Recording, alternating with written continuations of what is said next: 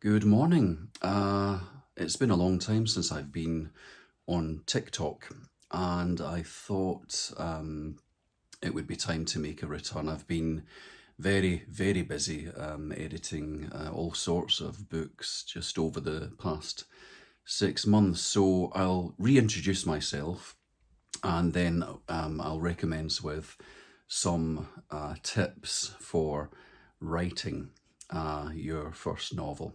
So first of all, my name is Ian Skewis. I'm a best-selling author and I'm also an editor and proofreader. I've worked for a variety of clients over the years, self-published authors, publishing houses, you name it, I've pretty much done it, and I've done lots of different genres, mostly fiction, but I've now also started branching out into non-fiction as well.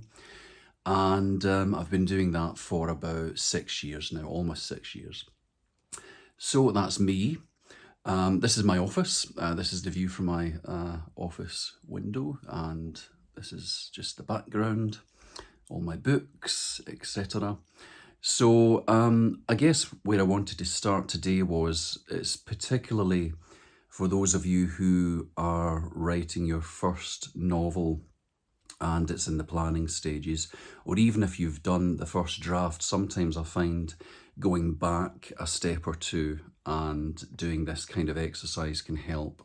So what I would suggest is when you're about to start planning your novel, and there's always this big, argument, should you plan your novel? Should you just get it down on paper or on your laptop, etc., and just write the thing?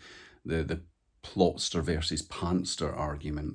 But I always think if you're going to write anything of that magnitude, which can often be about 80,000 words or more or thereabouts, then it does and should involve a certain degree of planning. So with that in mind, to start off your fictional novel, which is the example I'm going to take today, what I would suggest is you write the whole story on one page. So you can handwrite it on an A4 piece of paper, or you can do it on your laptop, whatever you feel easier with. There's no pressure. It's entirely in your own time. And what I would focus on is, what is the story? What's the story you're trying to tell? And in order to just give you a bit of a structure to that, I would do 3 paragraphs, so a beginning, a middle, and an end. What happens at the start of the novel, what happens in the middle, and what happens at the end. So 3 paragraphs, 3 sections, and focus on your protagonist, your main character's story, because that's where all the drama is going to come from. It's all about that one particular character for the most part.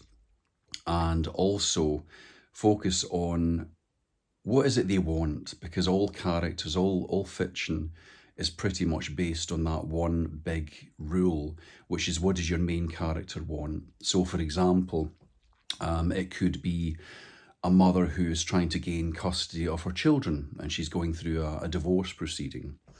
Or it could be, in the realms of fantasy, it could be, that the hero has been ostracized from his or her society, and, they're trying to get back into that because their kingdom has been overthrown by some kind of manifestation of evil. So, things like that. So it's also at this point you would decide on what the genre is, because that can totally change, the concept of the story. For example, you could actually use the example I've just given about the woman trying to gain custody of her children and put that into a fantasy element, which would make it into something quite different. But you would still have a very similar narrative, in terms of the trials and tribulations that woman would go through. And then there's the antagonist. What is getting in the way of your main character achieving what they want? What is getting in the way of them achieving their aims? So, for example, in the case of the woman trying to gain custody of her children, it could well be that her husband is getting in the way. So there's a battle between the two of them. And in the case of the fantasy story, well, you would obviously have, an evil villain quite probably there too. So it's keeping it that simple to begin with. And once you've finished it, you know, take a step back from it and just reread it and just say to yourself, is that enough to, attract an audience? Is there enough going on, in that sequence? And what it does, it gives you a bit of clarity where otherwise you wouldn't have any.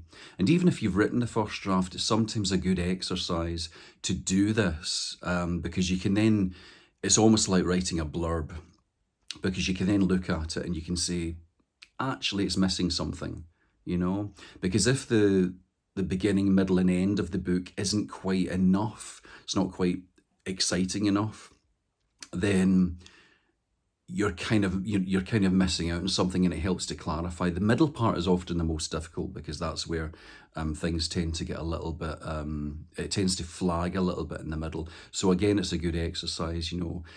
There are various rules that we can go into, but I don't want to throw too much into the works just now. So I think what I'll do is leave it at that for today.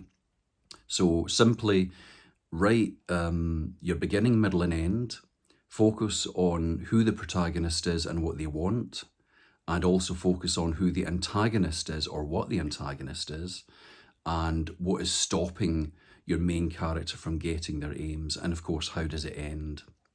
So we'll leave it to that for today, and then what I'll do in the next post, I'll try and do a post each day, is to discuss more about breaking that slightly further down and taking it to the next stage. So I hope that's helpful, and I will see you again soon. If you have any questions, please don't hesitate to ask.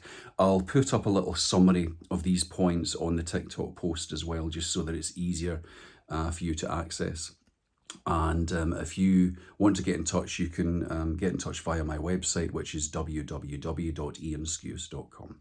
Thank you very much. Goodbye.